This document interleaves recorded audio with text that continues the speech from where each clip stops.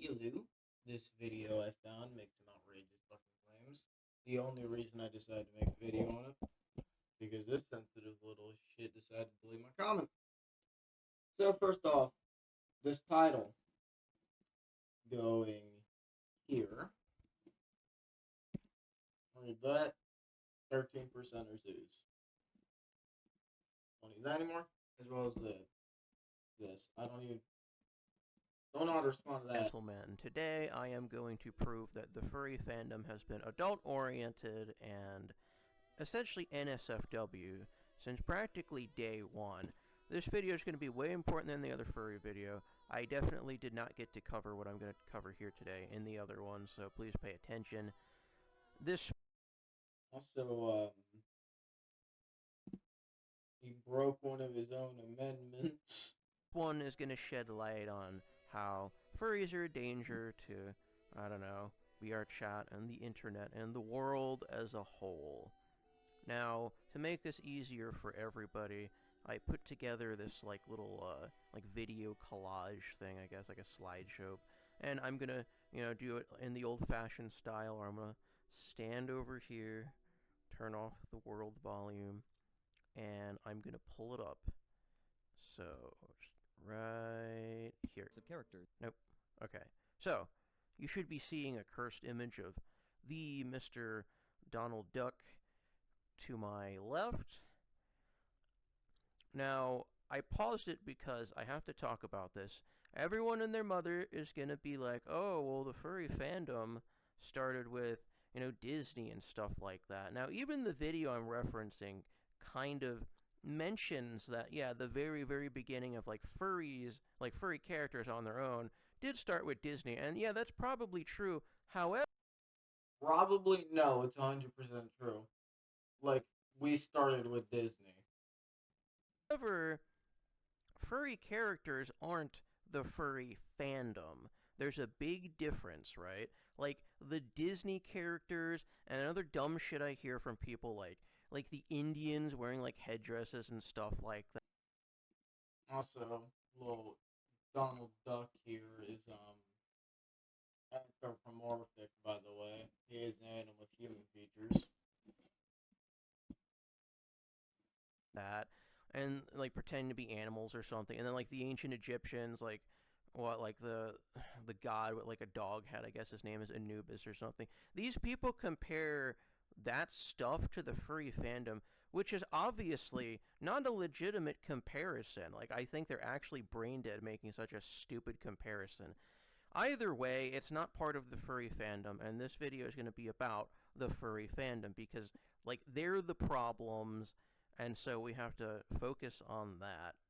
Anyway, with that being said, I have some notes here. I'm going to go over this with y'all. Shouldn't take too long. But one last note. Like I said in the last video, there is a difference between supposed... I want to point out the ratio on this. 3 likes to 13 comments. Furries or furry fans, like people who don't use the avatars in fursuits, and people who do, also known as furry lifestylers, as the document... Literally, actually, hold on, let me search that term up. Literally, never heard this term in my life.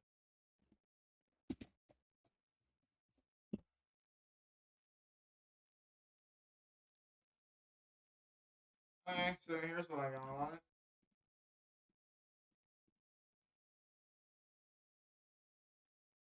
Never heard that in my life. Documentary says. Now, these dedicated furries or furry lifestyles, I believe, are all zoophile gooners. Where'd you get to that fucking argument? People wearing fursuits are immediately zoos. Literally most of the fandom. I would say many people in the fandom own fursuits. So are all of those people zoos? And I'll get to that later. First, I'm going to Also, that's what that is. prove that the fandom is adult-oriented and sexual. Anyway, let's get on with it real quick. Characters. Oh, and this is... I'm gonna link this video in the description. This is Frederick Knudson's Down the Rabbit Hole furry video. I've probably referenced it before, but I don't believe I played any of its footage in the last video. Anyway. Style was based off of similarly cartoonish humanoid depictions of animals, starting in the latter half of the 1800s, which would come to be known as the funny animal style. But as this was occurring, post-war countercultural... Just don't forget the funny animals thing, because you'll get that. On post-war. Does that mean this motherfucker is using evidence from the 1950s and 40s? Literally evidence that's damn near 80 years old by now. Yeah, 80. That reference a lot. And yes, it does look innocent and plain on its own, like initially, sure. But again, that's not what it turned into, and that's definitely not the beginning of the actual fandom. Don't forget that. It's very important. Movements were taking notice of the trend. One of these was the underground comics scene, stylized with an X, which often utilized a similar style to Disney's family-friendly cartoons in order to parody it by putting original characters into various adult situations, almost always involving violence, drugs, sex, or a combination of the three. These would be printed and distributed by independent publishers. That's not publishers, allowing them to avoid the content guidelines of traditional publications. The funny animals were not exempt from this treatment, and they would occasionally make appearances. One of these independent works, however, would reach a popularity beyond that of its contemporaries. Now, just before it reveals what it is, don't forget what it said. It said this particular piece of media reached such a level of popularity that it essentially got so much attention, it essentially started the interest for this kind of thing. And what is this? You all have heard me say this so many times. Get ready. A comic strip called Fritz the Cat, which began printing Fritz the Cat. I wonder...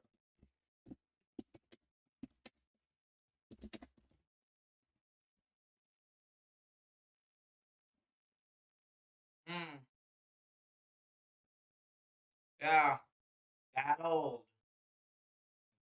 That actually predates the fandom, by the way. We haven't been around for that long. 1965.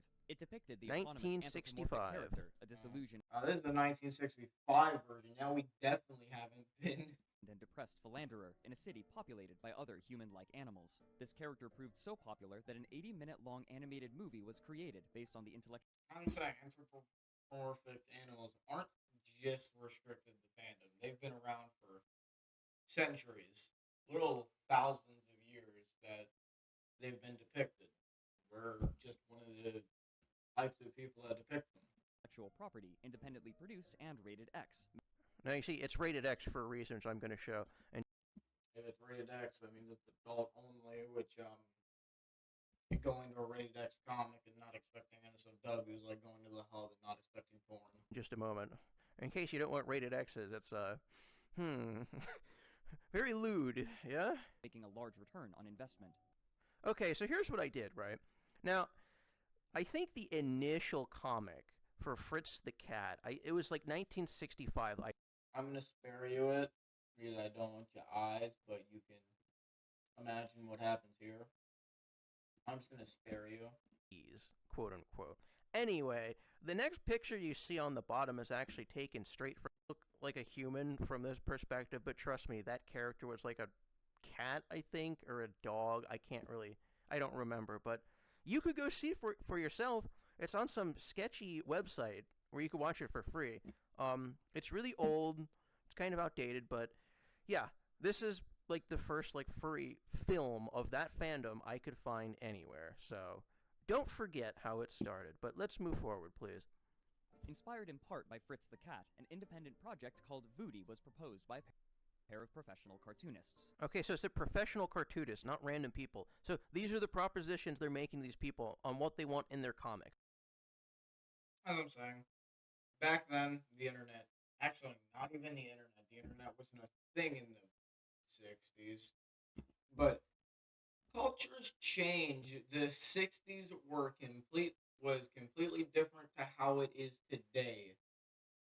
Both, I would say pretty much every fandom since then has changed. And even comics have fucking visually changed. Okay. And it said in part inspired by Fritz the Cat. No, it was most likely fully inspired by it, but anyway. They explained their logic and plans in a proposal which they printed on February 29th, 1976, a place where you can just wig out. Okay, so it was a huge skip right there. The first slide they just went over like the publications, like how they were going to do it, like, and like the actual like system and how they're going to put the pages together, blah blah blah. Bunch of irrelevant stuff that we're not going to talk about. Now, this is the second page, as noted by the two here. You'll notice something at the bottom is important, but without having to think about the usual they market keep going. considerations. No censorship, mixed media, offset, No Vimeo, censorship. Ditto, silkscreen, block print, silly putty, whatever you can think of. No requirements except that you keep those serious people as much out of it as possible. Humans are okay, but only when they're funny animals, too. Sex and violence is okay, as long as it's not human sex and violence. Yes, you see that? Sex and violence is okay, as long as it's not human sex and violence. And the note where it said, but only if they're funny animals too. Well, obviously humans aren't furries. Furries are humans. Yes, we are. We're just people. But as I said, this predates the fandom. Like, we weren't around when this released. Or funny animals or whatever, so you get the point. They specifically requested these like these anthro characters to be in these violent and sexual scenes. This is how Voodie is called, right? Like this underground comics movement started. Well, maybe not underground comics, Voodie specifically, but God help my search history.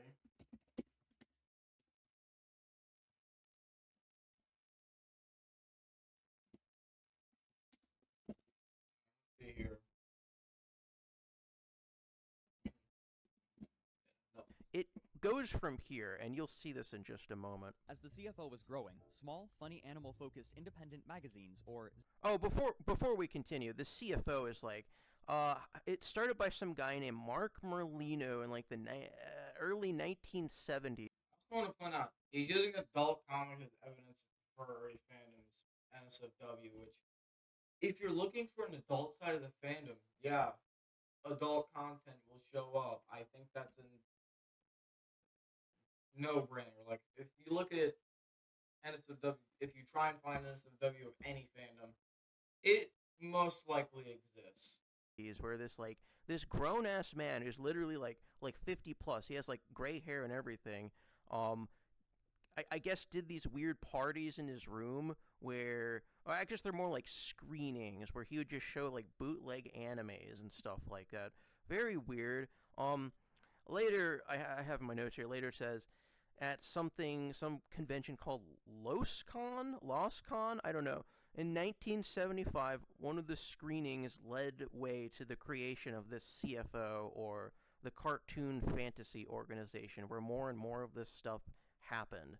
And yeah, they started hosting these furry parties in their hotel rooms, like at the science fiction conventions. And I think later on, 10 years later, a convention called WesterCon in 1985, they shared some furry videos, like some Correction, the first con was Conference in 1989. weird Olympic one, and this is apparently where they came up with their fandom's name, the furry thing. Like first they tried to call it fuzzies or something, but then it became furry. Even the video I link in the description says it's like a hazy origin, and it's like not a guaranteed thing. Anyway, as you can see by the picture here, it very quickly descends into this degenerate stuff, but anyway. zines were entering production. They would feature both visual art and writing, but the former proved much more popular and would soon come to dominate them, especially as photocopying grew to be cheaper, more accessible, and of higher quality. Unlike APAs, these zines were available to the public, not only the contributing artists, and they helped strengthen interest in the fandom as they grew more prolific at the outset of the 80s. The quality of the art would vary greatly, with work submitted by both professionals and amateurs of all skill levels, though almost all drew in a definitively cartoonish style. Here, the overlap between the anime and funny animal fandoms would become apparent, with much of the visual art featuring style choices and design clearly influenced by Japanese animation. Don't worry While about no that. metrics have been gathered, it's likely that a majority of these zines include pornography of funny animal characters, Yep. and some zines consisted primarily of this sort of content. As I said, the 80s were different. This was common during The the ratio 80s. of pornographic to non-pornographic artwork varied widely between each zine. The people Very within widely. it, furries. By the following year, room parties based on furry interests would become a regular occurrence at So this is what I just mentioned, the room parties with the furries. So as you can see by the picture, yeah, nice tits, right? But you'll see that this is how they advertise it. Like, these are like the little flyers they'd send out, right? But look. Conventions, which became known as furry parties. What exactly occurred at these parties is not documented, but the promotional material was suggestive. See? One flyer from RoseCon in 1988 Look at that. For real, nothing happened at those parties. Those entire parties were probably just a sausage party. depicts a naked anthropomorphic character saying, "No, ma'am, the morality and fandom party is next door." Other promotional material. So he's like, yeah, oh, you're looking for, like, decency and morality? Fuck that. That's in the room over. We're here we're Yeah, no, the fandom was completely different than how it is today. Today, we would be that room. We're a bunch of zoophile heathens over here. Yeah, fuck that shit. Was often of a similarly risque nature. Eventually, interest in these parties grew to a point that the rooms couldn't contain them, and there was... Now, before he continues, I just want to mention, this is probably the most important part of this whole video. This is how these furry parties were advertised. And so when you advertise it, you're reaching a very specific group of people, right? Showing interest in a very specific thing. And guess how furry conventions are advertised now? Online, using fucking pictures of fluffy animals. Like, you look at modern day con advertising. Like,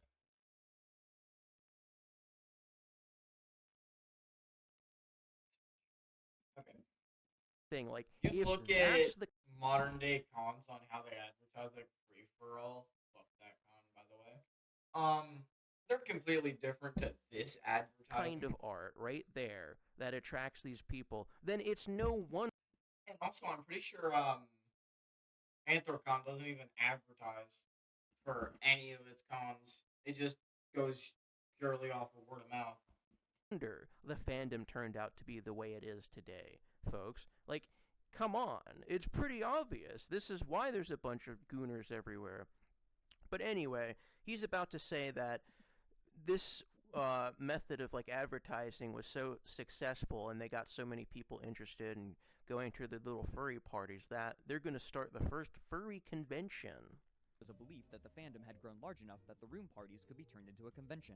And so, to test this theory, Merlino and O'Reilly reserved space with the Holiday Inn in Costa Mesa, California to hold what they named Conference Zero. The convention was sparse, with basic events. Okay, before they show it, I just want to mention, so he did say Conference Zero. It's going to show the footage from the video that any of you could just YouTube right now, okay?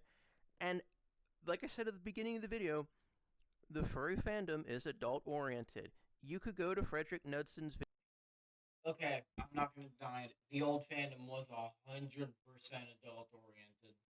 However, the modern-day fandom, I will show evidence of it in a minute once you see the suit that's on stage. I'll compare it with the modern-day ones. The old fandom was adult-oriented. Nowadays, it is not adult-oriented. It is kid-friendly. Video and see the other footage from the actual furry parties, like before this, and you will see they're all adults. If you look at these people right here, these are grown-ass adults. I'm talking like 30 to fucking 50. Just like the Mark Merlino guy, who's even older than these people, but this is direct proof that the fandom is adult-oriented. Just because a fandom has a lot of adults in it doesn't mean it's adult-oriented. Like, I can point to some fandoms, say FNAF, it has a good bit of adults in it. Doesn't make it adult-oriented. Since day one. I mean, this is the first furry convention, folks, but look at this. And sent nothing resembling a celebrity guest. Though only 65 people arrived, it was enough Look for at the that. organizers to consider it a success. Look at that guy juggling. He's like, the dude's like 50. He's like fucking 50. And they took special note of the fact that 2 people dressed up as anthropomorphic animals, including... Now I'm going to compare it. One Find animal. get one that isn't blurry. Yeah, that's the best. So, that's how fursuits used to look like. This is what they look like now. They look nothing alike at all, really. Like, if you keep scrolling, you will not see fetish gear. Genuinely, it's not there in any of the images. other fetish gear. Okay, so he did say 2 people showed up in furry costumes. I'll show what that looks like in a second, but This is the first furry convention. You have some weirdo on stage dancing in what he just said fetish gear. That's it. And yeah, I consider this fetish gear. I'm not once again I'm not denying it. The fandom used to be adult oriented. But as I just showed, the fandom is not adult oriented anymore. It's grown out of this over the years, over the some 40 years that this takes place. This is these this is the kind of stuff that these people want. And so you'll see it just goes like that. Anyway, so I tried pulling up the video to see the second furry, and apparently that thing right there is it. It's very blurry. There's a reason that there were only two fursuiters. Fursuiting in the 80s was incredibly rare. Pretty much no one did it. These are the only two documented people to have done it up until the late 2000s. Or early 2000s, I mean. Because nowadays, you will see fursuits. They are relatively common in every con. You will definitely see them in anything furry related. In the old cons, they were incredibly rare and nothing like the ones we have today. Because obviously it's like from ancient ass camera from God knows when. You can obviously see the tail. He does not have any paws. He might have a wig on. I don't think he has ears either. It's hardly even a furry, especially compared to that thing next to it, but whatever. If you look at the video, which is about 15 minutes long, the whole thing is about that bamboy thing behind it, the thing in the fetish gear. And that second furry was shown for maybe, like literally maybe 20 seconds in the whole video. Yeah, okay, something we did keep from these cons was the guest of honor. I would say he would be the guest of honor if I were to guess, because he's the only one in fursuit. And when you are at that specific part of the con, it's pretty much only them. Don't believe me? Go watch it. I might even link it in the description. I'm probably going to do that. Anyway, that should go away in a second. That most of these games are. Oh, so this is another video I am going to link in the description where he's showing that most of the fandom they're just a bunch of gooners, and he just kind of proves it. He's going to use like Steam and Itch.io, like I guess two like gaming browsing things. You know what I'm talking. Does this man not even know what Steam is? Like, he acted confused as hell when he was referencing Steam and itch.io. One of the two most common gaming platforms. Talking about. Obviously, you know what the hell Steam is, but he's just going to kind of prove that. Here, just take a look. NSFW related. Look up furry on Steam, and the first results are all NSFW games. That's a joke game. Those two are real NSFW games, and not entirely NSFW. But I'm pretty sure those are also two joke games as well. Like, yeah, no, this one is just a parody game. This one is not real. Well, it's a real game, but it's a joke. Now, so he just looked up on Steam the term furry, and sure enough, sex games, right? Gooners. Also, can we speak about the fact how the Reddit for YIF has more Because we don't use Reddit, my brother. members 521K, look at that. than the one for normal fur? I'll point this out. There are people that watch YIF that aren't furries. Also, if you wanted an accurate statistic on how many furries there are online, there are more people that are subbed to Fur Affinity than there are people with fursuits, by the way. Yeah, there are 12 million furries on Fur Affinity. Or there's 12 million people on Fur Affinity. Literally 12 times the amount of this, and 30 times the amount of people that are subbed to YIF. And watching YIF isn't mutually exclusive to being a furry. That you can be outside the fandom and still enjoy it. The furry, like the I don't, but you can. actual furry one, you see that? 435K. How does the initial fandom's Reddit have 100K less than the NSFW furry Reddit? Because we don't use Reddit. We use a shit ton of other apps. That shouldn't even be possible. The numbers speak for themselves. This just proves they're a bunch Also, I'm pretty sure this is just people that are subbed to the forum and not how many people viewed it. of gooners. Reese, y'all really need to get some help. Damn. I agree. Oh, is that the end of it? Damn, that was fast. All right, let me get rid of that. All right, let me just turn the roll volume back on. All right, so there's Take it all overwhelming out, yeah. evidence, absolutely, that these people. What overwhelming evidence is my only question. You showed a very few amount of sources, none of which, actually, one of which is the Reddit and Steam thing, depicts us in modern day. Every single one of the comics, every single one of the videos have shown us in the 80s to even 1940s. 80 to 40 years old is that evidence that you showed, and you are comparing it to the modern day fandom, which are two completely different things. People are a bunch of zoophile gooners. Now, why do I say zoophiles specifically?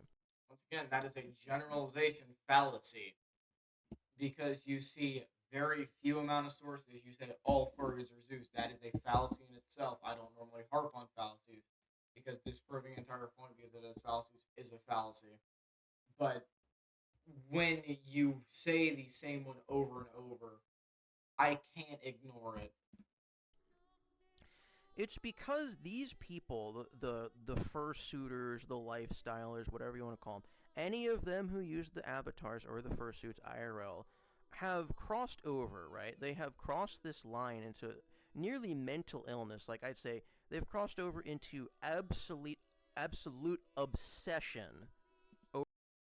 It is a hobby, my brother. We do not obsess over it. Like, sure, we do spend money on our suits. That is a thing we do to show what we like to do in, real life, as well as the avatars.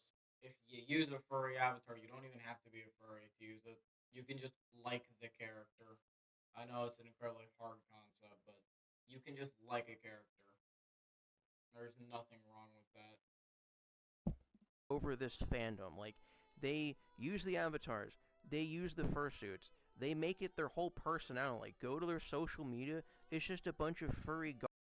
Oh, you're complaining about furries making one thing your personality. What's that name? What's your banner? What is every single one of your videos? Your entire channel is just VR chat thing. Yeah, that is too. Wow. Oh, you have a Twitch that is also named VR chat. I wonder what your Discord's called. Wow, yay! Let's see what your Discord's called. You made one thing your entire personality, by the way. The exact same thing you are harping on furries for doing. Have crossed over, right? They have crossed this line. They've crossed over into absolute obsession over this fandom. Like, they use the avatars, they use the fursuits, they make it their whole personality. Like, go to their social media, it's just a bunch of furry garbage all over it, right? You go to your social, all you see is a bunch of bullshit. Make it their personality. Like, in VR chat, you click on them, obviously they're in the avatar. If they have VRC Plus, they have a furry icon. Their Discord is named after, like, a furry. It also has a furry, like, profile pic. Actually, hold on. I wonder what your name is in the Discord. Going to do this. Let's see. Yeah, where is owner? Oh wow. Almost as if it's his Discord. Also, why do you have another link for?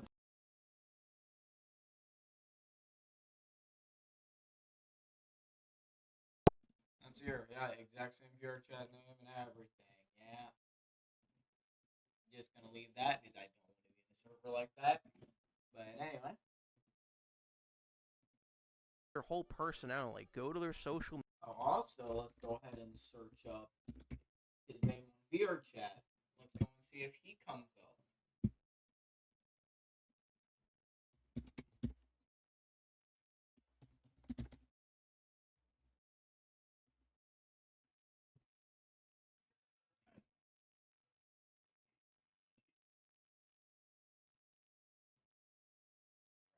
This. Copy and paste it.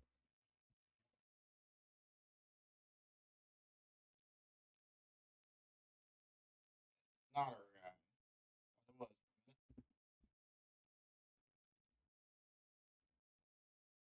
Okay, no, he doesn't have an account. Okay. So his account is different. Suits IRL have crossed over, right? They have crossed this line into nearly mental illness. Like I'd say, they've crossed over into absolute obsession. So as a furry, like profile pic, go to their Twitter and stuff. It's just a bunch of furry shit, right? So these are the kinds of people who are like, they come here, and obviously, because humans are just sexual in nature, these kinds of degenerate morons. Literally just admitted it.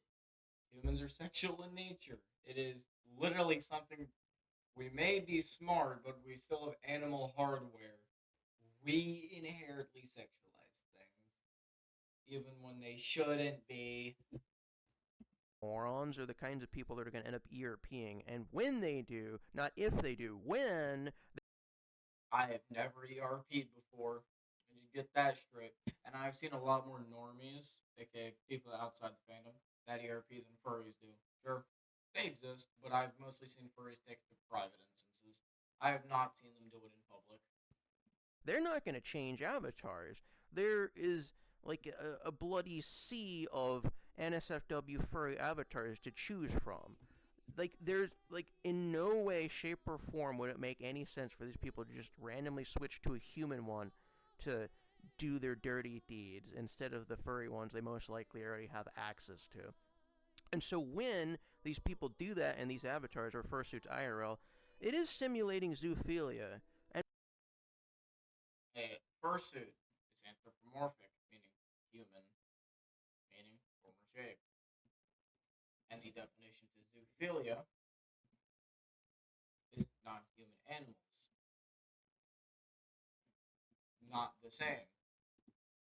I'm trying to word this where it doesn't make me sound shitty, but anthropomorphism is humanized animals. Zoophilia is attraction to non-human animals. That is the wiki of what both of those are. It's non-human animals. So something like a cat or dog would be zoophilia, while furries, no, they're not. If you're into it, I still think you're weird, but you're not a zoo. And it also depends on what type. If you watch Feral, it depends on how realistic it is and what animal it is. And by the way, the modern definition of zoophilia, that the one we're referring to, is a sexual attraction to animals, or in this context, animal-like parts or depictions of animals. These things, which he also conveniently left out for absolutely no reason, I assume, non-human. Like he conveniently left that out of there. are all based off of real animals, which is why they look like a bunch of dogs. Based off of real animals. Yes. I'm gonna say it's based off of real animals, yes, but they share more human characteristics than animal characteristics. Cats, wolves, etc. Now, some of them are like fantasy animals, right? Like they say they're based off of dragons or shit like that. But some people say dragons were real. Yeah, and we call those people fucking stupid. But that doesn't matter because they still share the similarities, right? Like covered in scales or furs. They have Okay, covered in scales and fur. What does covered mean? Because there's a lot of clothing that has that on it. claws, tails, ears, horns. All these things are just properties of animals. Now, there are animal parts on a human, which inherently doesn't make it an animal. if you give a person a tail, cat ears, and claws, it doesn't make them a cat. They're still a person. Not humans. Not humans. And in the last video, if you saw me making that comparison, there was like a deer Rex. It didn't look anything like a human, right? If it does not look anything like a human, it is not a furry. Anthropomorphism is humanized animals. If it does not look like a human, it is not a furry. So yeah, when you're bending these things over and like banging them from behind, it's just an animal's ass. It's just like a dog's or horse's ass. Like honest to God, folks, it doesn't leave much to the imagination. If you're getting off to that genuinely, by definition, you're a zoophile. By definition, you're not. Okay? So that being said, the fandom's only getting worse. It started out horribly. It became worse very quickly. The fandom has only gotten better. The fandom is not only growing, but it's becoming more accepting.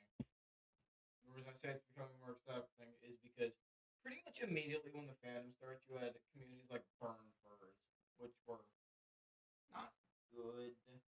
They set the stone for a lot of things, but they were not the best. And now the fandom is becoming more welcoming of members, it's growing, and it's becoming less sexualized than how it was, as well as rates of predators and zoophiles are going down in the fandom. Like if you look at statistics for both of those, they are steadily going down. And there's not much else to say about it. Also, by the way, there is a statistic that Halo guy used in one of his in his docs. 0.3% of the fandom are welcoming of zoos. That is such a small margin. It's an adult-oriented fandom, so furries should not be in public. Kids or minors should absolutely not be in the furry fandom. If you see this, they have obviously been groomed, right? By your definition, I groomed myself. If people look at the fandom and they like, okay, I'm just gonna throw furry out of here real quick. If someone sees someone wearing an avatar, whether it's a FNAF avatar, a Disney character, they see, and they like said avatar, they decide to join that fandom. That is not grooming. Everything was completely voluntary. The definition of grooming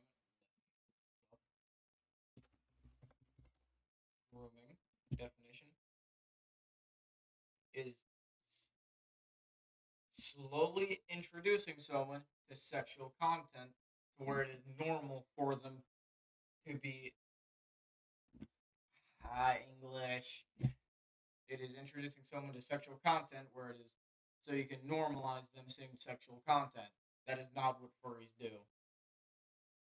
If people see a furry, more than likely it is safe for work and not NSFW or not safe for work. So it is not grooming. Right? And just for the naysayers about like the Disney thing, by the way, if they're fans of Disney and that's what supposedly turned them into a furry, why don't they use the Disney avatars instead of the modern day fan? I've seen it. I've seen a lot of furries use avatars from Zootopia, but dedicated furry avatars is what we mostly use because, for one, they're public, anyone can use them, and they're just a lot better. Like furry fandom avatars. See, that doesn't make any sense, right? Yes, by definition, Disney characters are anthropomorphic. They're not furries, but they're anthropomorphic, which is what furries are. So that just that doesn't convince me at all. I don't believe these people. I think they're lying. Also, I just want to point this out. He hates on us for having sexualized content that isn't even sexual, but literally one of the amendments is bang them. They're down bad. Like, brother, what? A lot of these guys are going to be like, "Oh, I'm not a zoophile. I don't look at the furry porn." Well, why is there 500 plus K people in the NSFW Reddit as opposed to the normal furry Reddit? Because we don't use Reddit. We use Fur Affinity. Like, yeah, there are literally 10 times the amount of furs on Fur Affinity than there are on the Yif subreddit. Like I said in the last video, the furry porn and all that stuff is made by these people for these people. They all did it. They're all guilty. You can't trust them. Stay away from them. You're going to get virtual, like, rabies or AIDS.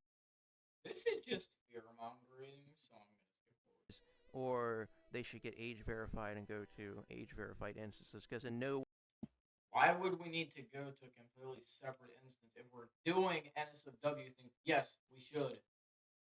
That's what anyone should do. If you're about to do something, just go to a private instance. There's no reason to do it in public. I've seen too much shit. But why would safe for work people need to take it to an age gated instance? Like, furry is not NSFW.